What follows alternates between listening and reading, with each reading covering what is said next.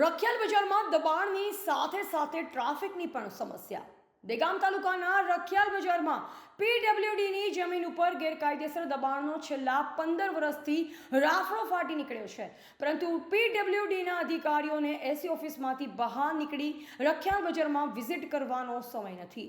અવારનવાર નોટિસો આપી અધિકારીઓ સંતોષ માને છે અને પાકી દુકાનોવાળા તેમની દુકાનના દરવાજાથી આગળ રોડ સુધીની જમીન ગેરકાયદેસર લોકોને ભાડે આપી છે. સરકારી જમીનનું ભાડું ઉઘરાવે તેના ઉપર હોટલો, લારીઓ, ઠંડા પીણા, શેરડીના રસવાળાને ભાડા આપે છે. રોડની બંને સાઈડ રખિયાલ રોડ તેમજ સામેત્રી જવાના રોડ ઉપર વાહનોનું પાર્કિંગ થાય છે.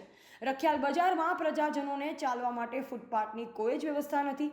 અવારનવાર નાના મોટા અકસ્માતો થતા હોય છે, તેમ છતાં પણ પોલીસને પણ ટ્રાફિકની સમસ્યાનો ઉકેલવામાં કોઈ જ રસ નથી.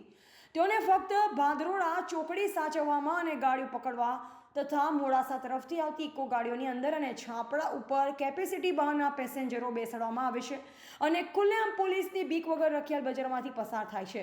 કોઈપણ જાતની રોકટોક થતી નથી. મહિનો થાય એટલે હપ્તો મળવો જોઈએ, બાકી તમારે જેમ ગાડીઓ ચલાવવી હોય તેમ ચલાવો.